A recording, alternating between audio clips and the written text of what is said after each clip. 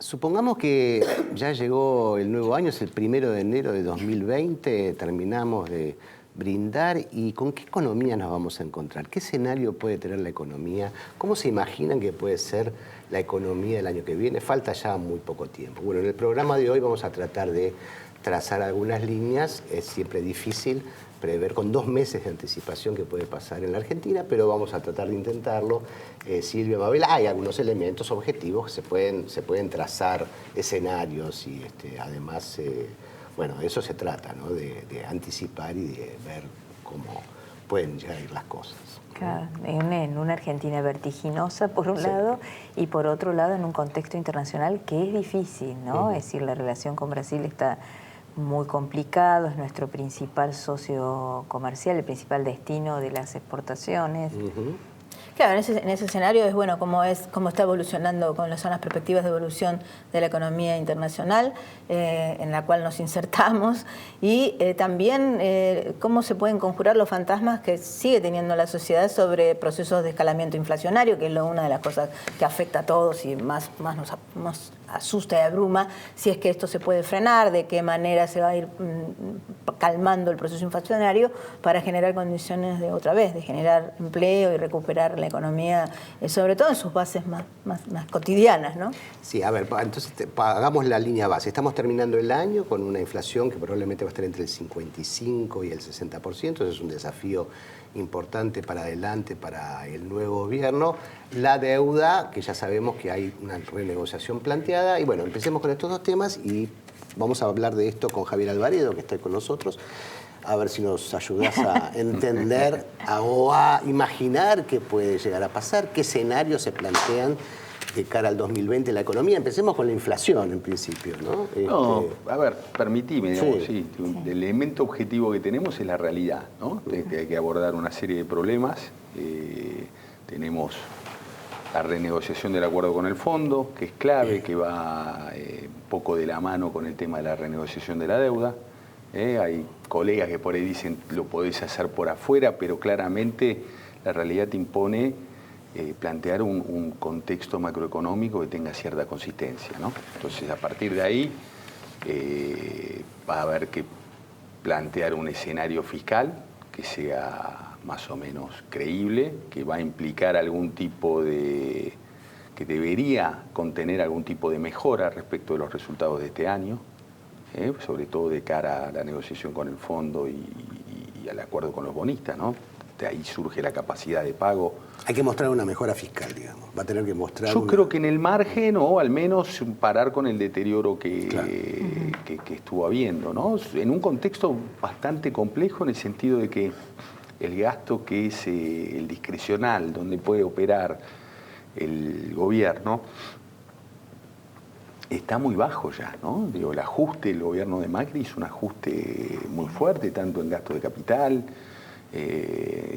todas las partidas donde puedo hacerlo. Bueno, entonces ahí va a haber que ver qué se plantea, digamos. Yo creo, y por el lado del gasto social, me parece que hay una expectativa, en parte porque fue una promesa de campaña de gobierno, de alguna recomposición en el margen de corto plazo. Entonces, yo me imagino un aumento de impuestos.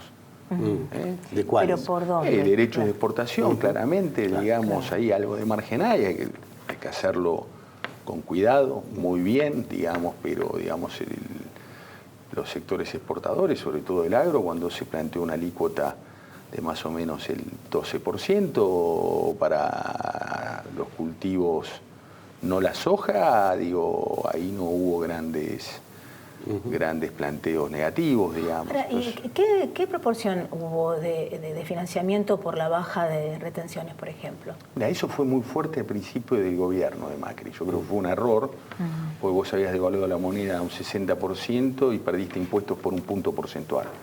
Digamos, eso generó un agujero el fiscal gradualismo, enorme. claro, y generó dudas. Bueno, por eso endeudarse para cubrirlo. Pero no solo eso, también te generó dudas respecto de la sustentabilidad, y después también eso hizo que las tasas de interés fueran más altas. Entonces también te pegó vía nivel de actividad y menor recaudación. Entonces ahí hay cuestiones. Después tenés el otro impuesto a los patrimonios. Bueno, ahí se señaló algo. Digo, me parece que hay que, a ver, esto siempre con mucho cuidado, con mucha cautela. Tampoco es una... Digo, no me estoy refiriendo a los documentos esos que salieron de los equipos técnicos del PJ, donde parecían alícuota del 15%, digo, no. Pero ahí hay que analizarlo, estudiarlo. Me parece que también es como una señal, digo, este es un país donde todos van a tener que poner algo. Claro. La situación amerita eso. Entonces, fiscal por ese lado. Lo monetario, hay una realidad hoy que el gobierno trató, el saliente, ¿no? Que trató de ocultar o de disimular, que es que el Banco Central nuevamente va a tener que financiar al Tesoro. Digamos, ¿Y tiene capacidad para poder financiarlo? Bueno, capacidad tiene, sí. Es peligroso porque es emisión monetaria, pero eso va a depender un poco de qué expectativas anclás. Digamos, si vos podés... A ver, si hay un... Permitime suponer, si hay un programa fiscal consistente que te permite negociar con el fondo, eso te facilita la renegociación con los bonistas, lográs una reestructuración y superar ese obstáculo con éxito, yo creo que las expectativas económicas tienen que mejorar. Si hay una mejora de eso, tiene que haber mayor demanda de dinero, o sea, por mayor consumo, gente que pueda hacerlo y se anima a hacerlo, no deja, o sea, lo que acumuló de ahorro por precaución lo puede volcar a consumo, lo puede volcar a inversión, eso es mayor demanda de pesos, entonces ahí habría un poco de margen como para que el Banco Central pueda emitir más y que esa cuestión tenga respaldo. Se absorba. Exactamente, eso ha pasado a la salida en 2002, 2003. Claro. Recordemos que en otro contexto, con otra inercia, o sea, sin inercia inflacionaria, pero recordemos que la base monetaria se expandía a niveles muy altos y la inflación tardó 4 años en reaparecer, ¿no? Sí, con plata que estaba guardada, sí, ¿no? Que empezó a aparecer plata que estaba, no había crédito, sí, tenemos. Y había recuperación con dinero guardado. Colchones de ahorro, algunos. En general hay algo parecido a casi un producto bruto entero. Claro, entonces, digo, ahí hay, pero bueno, claramente eso todavía nunca sucedió, que nos hayamos tenido confianza como para traerlo y ponerlo a trabajar. Digamos, eso es muy, muy difícil y probablemente llevará años, pero con que un poco en el margen la perspectiva se modifique, yo creo que ahí hay chance como para tener un optimismo moderado. Y bueno, y luego una vez, si eso ocurre y el nivel de actividad puede pegar algún tipo de vuelta, hay que ser igual muy conservadores. Digo, eso te tiene que tener más recursos fiscales por mayor recaudación. Bueno, ahí hay que ser muy, muy conservador en el sentido de pensar de que eso sería bueno ahorrarlo más y poder que el sector público pueda sorprender positivamente, como para después también tener instrumentos como para operar en el mercado de cambios y evitar que el peso se aprecie demasiado, ¿no? Claro. Que son los graves problemas que... Hoy tenés el dólar más alto de los últimos 12 años, se dice, sí, ¿no? Silvia, que eso está ayudando, es verdad, pero con esta inflación, si lo dejas quieto, está pasó con la devaluación de 2018, digamos, ya cuando en agosto de este año el tipo de cambio no le sobraba nada, más bien que le faltaba.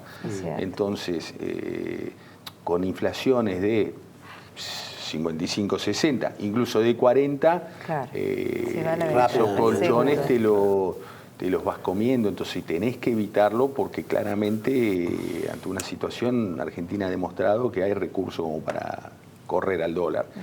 Entonces, me parece que esa es otra cuestión. Después está el tema cambiario, ahí hay que tomar una decisión, digamos, claramente respecto de la imposición del cepo, no se vislumbra ninguna posibilidad de poder salir en el corto plazo de él. No hay dólares. No hay dólares, no, claro. A fin el de cepo año, es decir, bueno, si no te puedo vender lo que no tengo. Claro, y bueno, entonces ahí, ¿cuál es la alternativa? O mantenés un cepo y dejás que se canalicen las demandas a través de mercados alternativos que no son ilegales, pero no son oficiales, que tienen algunos costos de transacción, con compras una acción, mantenerla 3 días, todos los plazos que tengas, o una opción podría ser desdoblar el tipo de cambio, digamos, que es una solución más bien ochentista, pero convengamos que la economía argentina tiene un nivel de complementariedad ochentista. No, claro, digo que vos tenés esa diferencia en aquel momento, si querés, sí, tenés tecnología que te permitirían evitar los abusos, o sea, porque tiene mala prensa. Claro, porque el problema de las subfacturaciones y sobrefacturaciones, que hoy con la tecnología eso se puede detectar mucho fácilmente. más fácil. Claro, ese es el problema, ¿no? Las subfacturaciones. O sea, más difícil ir contra las maniobras, claro. Sí, son cosas que hay que pensar. Que desempolvar algunos textos, libros de textos de los 80. Sí, hay, exactamente. Sí, el caso de Israel fue exitoso, digamos. Sí. Y hay que evitar abusos, ¿no? Digamos, hay que determinar bien por qué mercado cambiario se cursan las distintas operaciones. No puede haber que... pero bueno, eso, digo, yo creo que hay información, hay teoría y debería haber... Y capacidad técnica para hacerlo, no hay poder, hay poder político, la cuestión es una decisión política de hacerlo. Totalmente, digamos. También es cierto, a ver, yo lo que estoy vislumbrando a corto plazo, lo que es urgente es fondo, negociación con la deuda, porque tenés 4 meses, o sea, en mayo tenés un vencimiento ya importante que no podrías... afrontar con el nivel de reservas que te dejan. Entonces, eso tenés una negociación urgente. Lo otro, cómo encarás la cuestión cambiaria más a mediano plazo, no es algo que las autoridades tengan que... O sea, vivimos con cepo, estamos con cepo y están un poco más con el cepo y tipo que el contado con liqui, esas cosas que conocemos... me parece que se puede, lo más urgente me parece que va a ser lo otro. Y después, claro, está esto de que se viene hablando tanto, que es este acuerdo económico y social. Consejo Económico Social. El Consejo. Que me parece que es un instrumento válido en cuanto a que permitiría coordinar algunas cuestiones como para hacer que el resultado de un plan económico sea lograr resultados un poco antes que hacerlo en un proceso menos ordenado, pero de ninguna manera reemplazan la consistencia macroeconómica de un programa, ¿no? Claro. Javier, Argentina del 2020 va a seguir el nuevo gobierno bajo un programa del FMI, ¿no? Que hay un acuerdo, hay una condicionalidad, no es dinero que se presta alegremente, sino que hay una condicionalidad. Para el próximo bloque te dejo la pregunta, ¿qué podría apoyar y que podría objetar el fondo de una nueva política económica que se viene, que va a tener otro cariz mucho más heterodoxa que la que hemos visto en los últimos 4 años? Enseguida volvemos. Dale.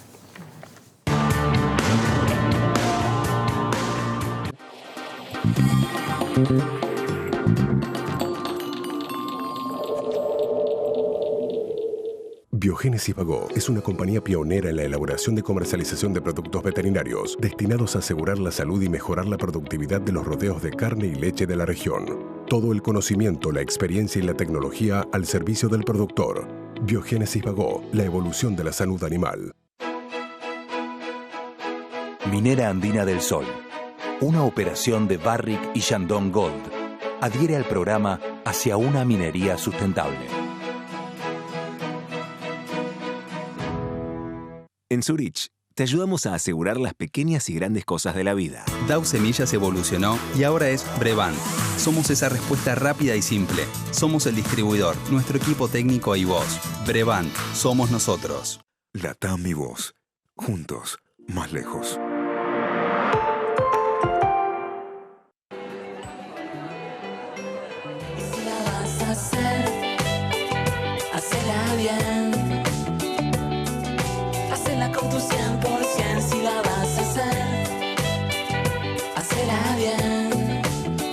Ahorrá en tus compras con las tarjetas del Ciudad. Tenés 25% de descuento en supermercados. Pedí la tuya online.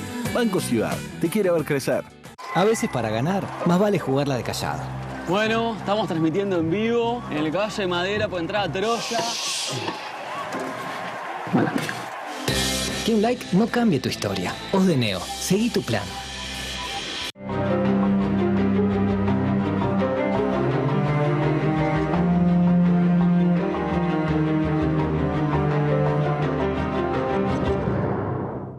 El aumento de la litigiosidad por accidentes laborales no es un juego.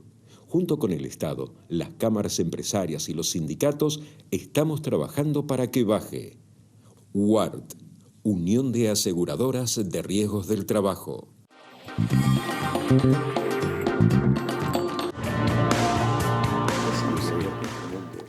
Seguimos en Asuntos Públicos, hoy hablando de los escenarios para la economía en 2020. La pregunta que había quedado para Javier Alvaredo, nuestro invitado de hoy, economista y director de la consultora AMC, es, bueno, ¿el fondo qué va a decir? Porque estamos en un programa con ellos, ¿no? Sí. Uno supone que el fondo le gusta mucho subir retenciones, no creo. Lo pidió, el fondo lo viene pidiendo. Difícil que se opongan, ¿no? Pero ¿a qué cosas pueden llegar a objetar? Las cosas que yo te mencioné en cuanto a que haya un sendero de mejora de la situación fiscal, claramente no se va a operar de ninguna manera. Derecho de exportación no es un impuesto de los más clásicos, pero bueno, es un impuesto que en la Argentina tiene cierta antigüedad y es fácil de recaudar. Y después los otros impuestos al patrimonio me parece que no va a haber problemas. Me parece que el fondo va a tener algún espacio para hacer autocrítica, digamos. El programa fracasó, claro. Y el programa tuvo que ser no reformulado, pero sí reparado en 4 ocasiones. Entonces, en poco tiempo. Sí, claro. Y yo creo que tuvo un problema de base que basó el proceso desinflacionario en una apreciación cambiaria y con una banda de flotación que en la Argentina creo que no estábamos en condiciones de afrontar, digamos. Hubo bastante, en la profesión hubo bastante cautela y crítica respecto del diseño del programa. Entonces me parece que en ese sentido algo de margen hay. Después respecto a lo que vos mencionabas, las llamadas reformas estructurales, mirá, yo creo que el gobierno saliente tenía una expectativa respecto de esas reformas que eran un poco, si querés, ingenuas, digamos, no iban políticas, aún suponiendo que al presidente Macri lo hubiera alcanzado para ir a balotaje y ganar, yo creo que el margen político para cumplir con esos compromisos eran nulos, digamos. Fíjate lo que pasó en diciembre del 2017, luego de una victoria de medio término, parecía lo consolidaba, hizo una reformita en el margen del sistema previsional y perdió mucho capital político y bueno, fue un comienzo de la decadencia, si querés, del gobierno. Y yo te digo más, no hacen falta hacerlas, ninguna de las 2 reformas. Es más, son más dogmáticas que necesidades reales. Mira, hoy por hoy, con cómo está la macro, el nivel de actividad, las empresas no están tomando gente, digamos. Y de hecho también en el sector industrial y demás tampoco están expulsando gente. Entonces, me parece que si hay un problema en el mundo laboral es la litigiosidad judicial. Eso se arregla políticamente, un gobierno fuerte que pueda coordinar con la Corte, que hacen ciertos acuerdos y baja luego al fuero como para terminar con algunos manejos que creo que hay coincidencia que son complicados. Pero se exagera un poco también en eso, Hay bastante exageración. Sí. Hay bastante exageración. Hay algunos casos que se exhiben como víctima, uno que puede existir para justificar. Sí, lo que pasa es dogmático. Es hay que mucho esos casos dogmatismo son dramáticos también porque puede que la empresa cierre las puertas, ¿no? Claro, por supuesto. Entonces, que sí, pero hay un dogmatismo. No, seguro, pero digo, si querés hoy el problema viene más por ese lado que por la posibilidad o imposibilidad de tomar gente. Segundo término, lo previsional. Fíjate Brasil dio pasos importantes en ese sentido y no se movió ninguna variable financiera ni real.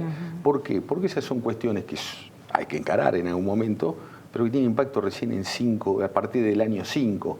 Entonces, tiene un costo. Y conviene eso hacerlo, analizándolo bien, y a partir de que un gobierno esté fortalecido políticamente. Bueno, la contrapartida es lo que pasa en Chile, ¿no? Es decir, es la contraria, es decir, es un sistema como el que les gustaría y salta hoy por el aire mostrando todas las falencias. ¿Eso le ves algún impacto en la definición de políticas en la Argentina? Lo que pasó con Chile. Sí.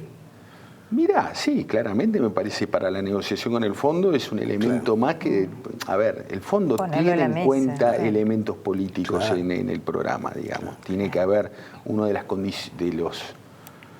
condiciones que el fondo tomaba en cuenta al momento de aprobar un desembolso o no, es que haya apoyo político y social en el programa, digamos. Entonces, claramente...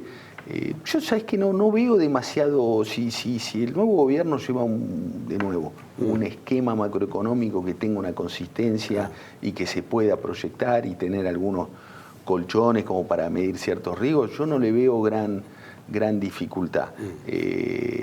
Si querés el conflicto, yo lo veo ahora más que nada el conflicto hoy es más del fondo con los bonistas que de Argentina con el fondo. ¿En qué sentido te digo? Ustedes recordarán, en los reportes del staff aparecía, cuando se analizaba la dinámica de la deuda, decía la deuda pública es sostenible, pero con una probabilidad no alta. Sí, eso es increíble. Así como un estilo tipo Cobos. Claro. Bueno, pero eso tiene una lógica. De alguna manera se curaba, ¿no? Porque realmente era, si vos lees eso fríamente, da la sensación que era no recomendable un préstamo de la magnitud. No, bueno, tiene lógica porque ¿cuál es la lógica de eso? La lógica es que una reestructuración, una renegociación tiene costos. Claro. Entonces, mientras que vos tengas una posibilidad de que te salga bien, te sigo prestando a la espera de esa posibilidad y ver qué pasa. Lo que si querés no era normal del programa argentino es que te desembolsaron el 90% de los fondos en un año. Si vos lo veías, digo, tiene cierta lógica.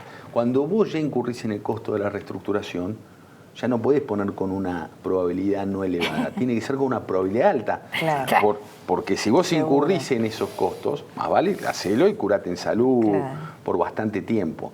Entonces ahí es donde va a haber un tipo de... Y eso va a depender un poco, o sea, vos vas a ir al fondo.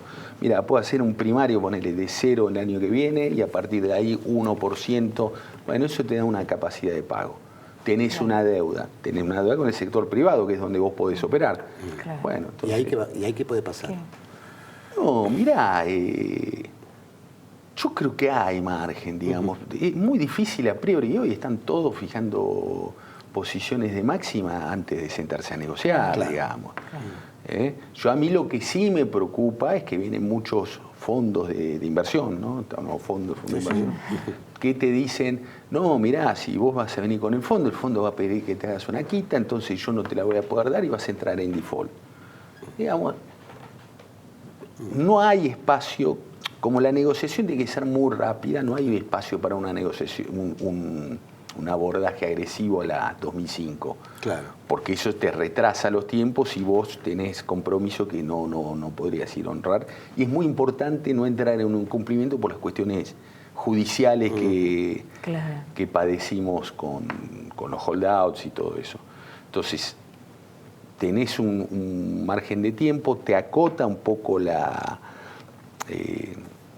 posibilidad de cuán hondo clavas vas con el bisturí, pero por otro lado es claro que a un bonista, si no se sube una reestructuración y Argentina entra en default, también tiene costos. Porque acá hay que diferenciar entre ahí vos decías que entonces la puja es entre el fondo que recomienda una quita en los bonos privados para que se sustente la deuda con el fondo y los bonistas que dicen, no, si el fondo me quiere quitar yo no te voy a... No, y los bonistas lo que dicen es negociar primero conmigo, resolver el problema y te va a ser más fácil negociar con el fondo. El problema es que ahí puede ser que en el análisis de sustentabilidad de deuda no te dé y el fondo te diga, bueno, está fenómeno, pero no, un 0 de primario no te alcanza, necesito 1,5. Entonces, ahí tenés una...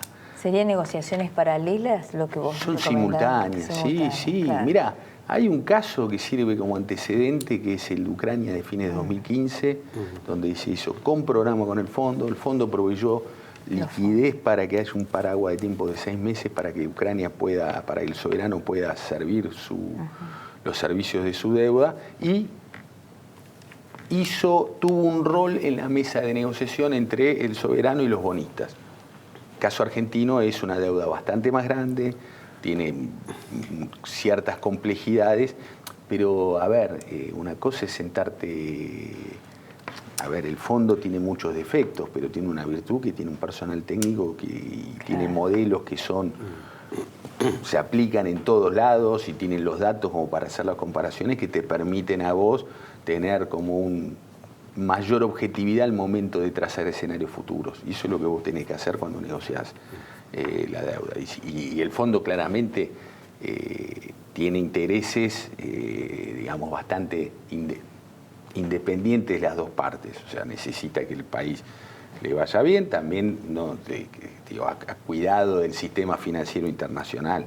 Entonces yo el problema que le veo de los fondos de inversión que vienen acá y en Argentina, cuando te viene alguien y te critica el fondo y te genera ideas que son complicadas, ¿no? Pues sí, este es un país que en los 80 había una canción que era Fondo Monetario Internacional, digamos, sí. Tenemos bastante, digamos, te genera algún tipo de idea, decía, bueno, los fondos de inversión de Wall Street putean al fondo, entonces Estados Unidos está en contra del fondo. Claro. No es así, yo creo que el fondo tiene muchos problemas, puede haber abordaje, pero me parece que Argentina precisamente no es el país que vaya a poder ser el caso testigo para modificar esas cosas. Tenemos en 2001 para no hacer pudimos, todo lo ¿no? contrario. Bueno, Javier, Alvaredo, muchas gracias.